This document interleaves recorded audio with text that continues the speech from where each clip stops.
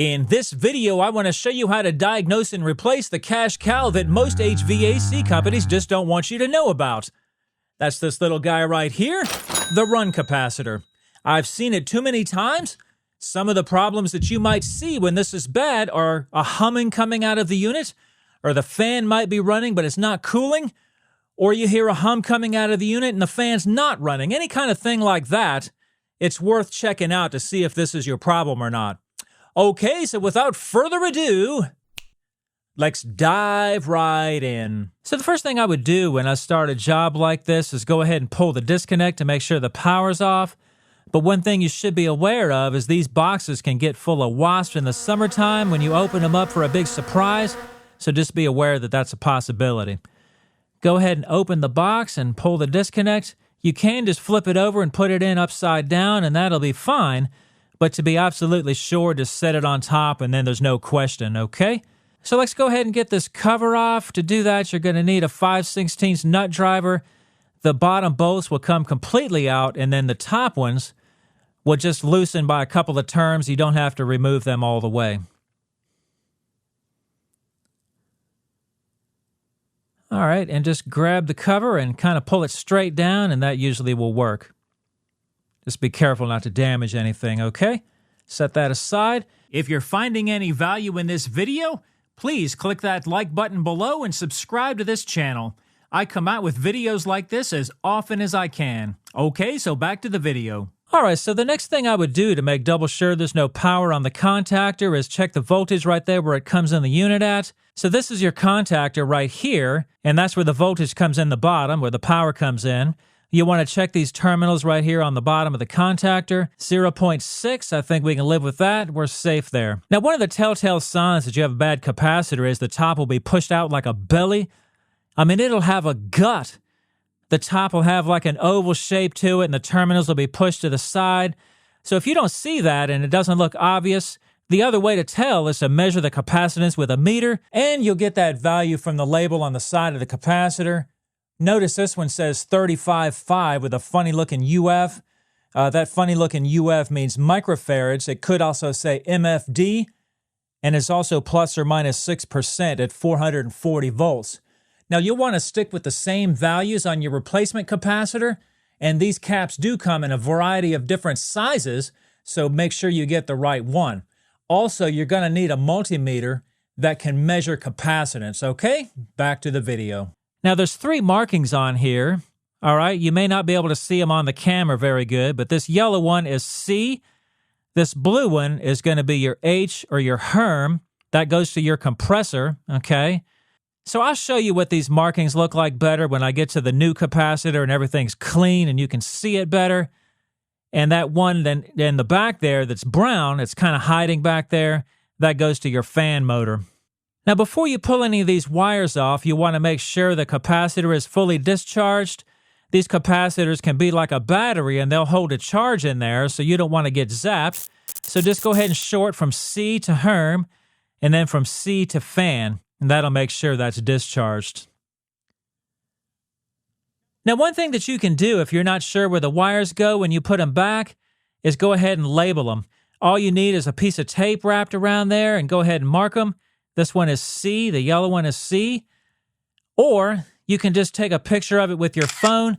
Just make sure to get all the wires in the picture because you might look at it later and say, well, I can't see the one hiding in the back. What color was that one? So the label is foolproof, but the picture is a lot faster and easier, okay? So go ahead and grab the wires. Now, don't pull it by the wire. You'll want to pull it by the metal part of the terminal. Just kind of lift them up just like that. Now, my yellow has 2 commons, right? The one in the back there is my brown. That's my fan. Now, you can just leave the HERM hooked up since we're just testing it right here. All right, now notice I've got the meter here and capacitance right there. All right, so we're going to go from C to fan. All right, 4.88, I think that's close enough. And then from C to HERM, and that's going to be 33. Now, this is a good capacitor, and I knew it's a good capacitor because this is a running unit, but we're going to replace it anyway.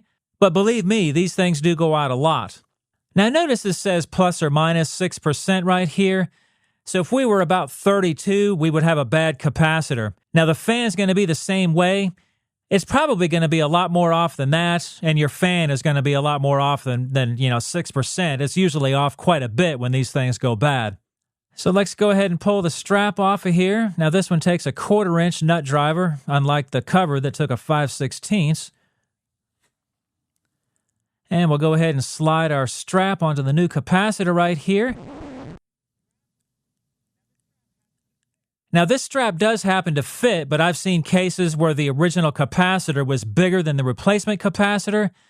Now if that happens to you, then everything's going to be all loose and flopping around.